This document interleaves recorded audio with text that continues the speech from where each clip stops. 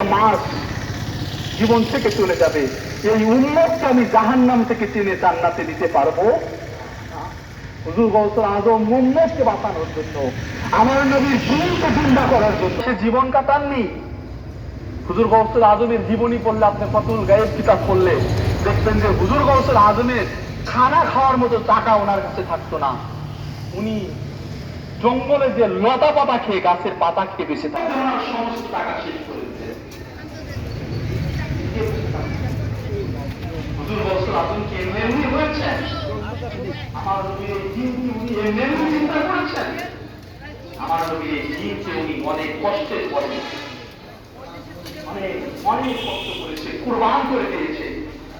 আর 34 বছর বয়স হায়াতে বেঁচে থাকে, মাকে তার জায়গায় উনি ওনার আওলাদকে পাঠিয়েছেন। হুজুর গৌসুল আজম রুহানি ভাবে ওনার আওলাদ হুজুর গৌসের স্বামী পাককে মঙ্গল করে পাঠিয়েছে।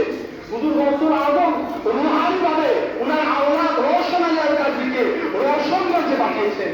হুজুর গৌসের খেদমত করার জন্য ওনার বংশ, ওনার আওলাদকে, হুজুর মওলা পাককে উনি বৃত্তিপুর কলকাতার মতো জায়গায় পাঠিয়ে দিয়েছেন। এনারা ওই সিরিয়া থেকে, বাগদাদ থেকে, ইয়ামেন থেকে জীবনকার মতো মানুষ আধ্যাত্মিক পবিত্রতা অর্জন করার জন্য বিন্দু পরিমাণ চিন্তা করে না। এই জন্য ইমাম গাজালি বলতেছেন যে মানুষ শারীরিক যে বাহ্যিক যে রোগ বা বাহ্যিক পবিত্রতার জন্য মানুষ পাগল হয়ে গেছে। আপনি দেখবেন যদি আপনার সমাজ বা আপনার আত্মীয় স্বজনের বাড়িতে আপনি যখন যান, আপনি কিন্তু সবচাইতে ভালো জামাটা পরেন, আপনি সুন্দর করে কি করেন, পোশাক পরেন, আদর সুঘ্রাণ লাগান, কিন্তু এইগুলো বাহ্যিক পবিত্রতায় আমরা কিন্তু মানুষের মধ্যে একটা আধ্যাত্মিক পবিত্রতা আছে। যে ব্যক্তি মানুষের ভিতরের আধ্যাত্মিক পবিত্রতা অর্জন করতে পেরেছে, সে ব্যক্তি আল্লাহ এবং আল্লাহ রাসূলের নিকটবর্তী হতে পেরেছে। এই দুই বলেছেন যে পবিত্রতা চারটা। প্রথম বলেছেন কি, বাহ্যিক পবিত্রতা, যেটা আমরা কি করি, সাধারণত করে থাকি। ওযু ভেঙে গেলে আমরা ওযু করি, গোসলের পরে আমরা গোসল করি, কোথাও গেলে পরিষ্কার পরিচ্ছন্ন হই। ইমাম গাজালি বলতেছেন প্রথম যে পবিত্রতা, এটা বাহ্যিক পবিত্রতা। এর পবিত্রতা সবার মধ্যে আছে, ধনী হোক, গরিব হোক, দরিদ্র হোক, সবার মধ্যে সবাই কিন্তু একটু সুন্দর পোশাক, ভালো মতো পোশাক, পবিত্রতা থাকার জন্য পছন্দ করে। ইমাম পতঙ্গের পবিত্রতা কি? ইমাম গাজালি বলতেছেন যে এই হাত দ্বারা নিয়োগ করতে হবে যে আমি জীবনে কখনো আর খারাপ কোনো কিছু করবো, এই জবান দ্বারা আমি কখনো গীবত করবো না, মিথ্যা কথা বলবো না, এই চোখ দ্বারা যত প্রকার হারাম কিছু আছে ওই দিকে তাকাবো না। এই ইমাম গাজালি বলতেছেন যে কিসের? অঙ্গ পতঙ্গের পবিত্রতা। অঙ্গ পতঙ্গের পবিত্রতা কি? আপনারা একটা জিনিস জানেন যে মুরাকাবা বলা হয় যেটাকে। মুরাকাবা মানে কি? ধ্যান, সজাগ থাকা। তো ইমাম গাজালি বলতেছেন যে অঙ্গ পতঙ্গের পবিত্রতা, এটাকে মুরাকাবা বলে। কেমনে? সব সময় আপনাকে সজাগ থাকতে হবে যে আমার প্রত্যেকটা অঙ্গ পতঙ্গ দ্বারা যেন কোনো রকম খারাপ কাজের সাথে আমি জড়িয়ে না যাই। সজাগ থাকা, মুরাকাবা। একটা জিনিস আরো স্পষ্ট বুঝবেন যে আমরা যারা তাসাউফ সুফিপন্থী তরিকাপন্থীর মধ্যে আছি, আমাদেরকে বলা হয় পঞ্চম ইন্দ্রিয়। এই পঞ্চম ইন্দ্রিয় যার জিন্দা আছে, তার ভিতরে রূহ জিন্দা আছে। পঞ্চম ইন্দ্রিয় কি?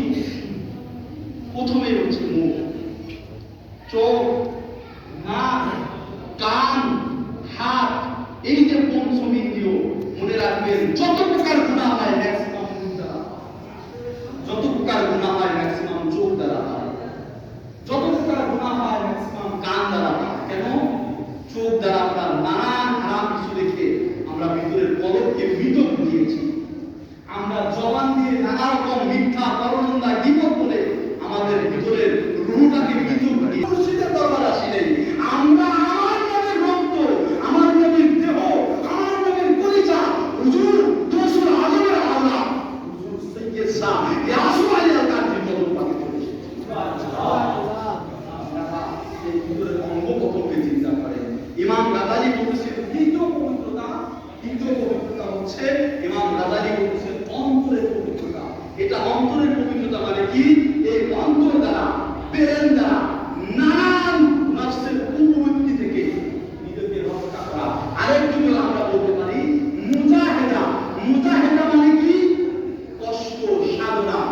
আপনার হৃদয়, আপনার মন চাচ্ছে খারাপ কিছু করার, কিন্তু আপনি আল্লাহর দিকে তাকিয়ে, রসুলের দিকে তাকিয়ে, আপনার পীরের দিকে তাকিয়ে আপনি খারাপ কাজ থেকে আপনাকে যে ফিরিয়ে আনলেন, এই ফিরিয়ে আনাটাকে বলা হয় মুজাহিদা।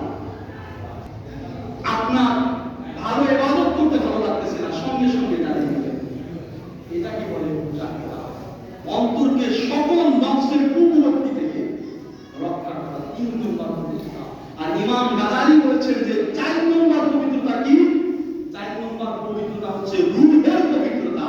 রূহের পবিত্রতা অর্জন করতে পারে ইমাম গাজালি বলেছেন যারা নবীগণ, যারা রাসূলগণ, যারা সিদ্দিকগণ, যারা আল্লাহর ওলিগণ, একমাত্র তাদের দ্বারাই রূহ জিন্দা। সুবহানাল্লাহ। রূহের পবিত্রতা অর্জন করে কেন?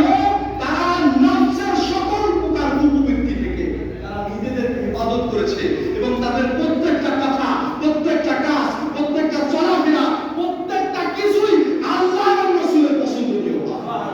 আর আমার আল্লাহ হাদিসে কুদসির মধ্যে বলেছে, যখন বান্দা আমার হয়ে যায়, আমি যখন বান্দার হয়ে যাই, বান্দা যখন রূহের পবিত্রতা অর্জন করে, বান্দা যখন চলার সময় আমার কথা স্মরণ করে, বান্দা যখন দেখার সময় আমার কথা স্মরণ করে, বান্দা যখন শোনার সময় আমার কথা স্মরণ করে, আমার আল্লাহ হাদিসে কুদসির মধ্যে বলছে, আমি তার কান হয়ে যাই যা দ্বারা সে শোনে, আমি তার চোখ হয়ে যাই যা দ্বারা সে দেখে, আমি তার হাত হয়ে যাই যা দ্বারা সে ধরে, আমি তার পা হয়ে যাই যা দ্বারা সে চলে।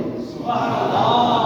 এই রূহের পবিত্রতা আল্লাহ ওয়ালাগণ যখন অর্জন করতে পেরেছে, সিদ্দিকগণ যখন অর্জন করতে পেরেছে, তখন আমার আল্লাহ বলছে যে আমার প্রিয় মুর্শিদ পাক, আমি প্রিয় মুর্শিদ পাকের কান হয়ে যাই যা দ্বারা সে শুনে, আমি প্রিয় মুর্শিদ পাকের চোখ হয়ে যাই যা দ্বারা সে দেখে, আমি প্রিয় মুর্শিদ পাকের হাত হয়ে যাই যা দ্বারা সে ধরে। কেন? আমার আল্লাহ হাদিসে কুদসির মধ্যে বলছে, আমি আল্লাহ তাই হয়ে যাই।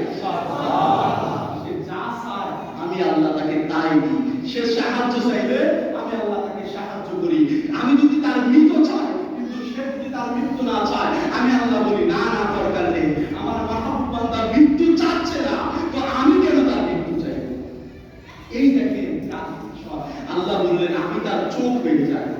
বুখারী শরীফ 6502 নম্বর হাদিস, বাংলা হাদিসে আপনারা খুলে দেখতে পারেন যে বুখারী শরীফের 6502 নম্বর হাদিসের মধ্যে আমার আল্লাহ হাদিসে কুদসির মধ্যে প্রথম বলেছে, মান আদালি ওলিয়ান ফাকাদ আযানতুহু বিল, যে ব্যক্তি আমার ওলির সাথে দুশমনি করবে, আমার ওলির সাথে বেয়াদবি করবে, আমি আল্লাহ তার বিরুদ্ধে যুদ্ধ ঘোষণা করব।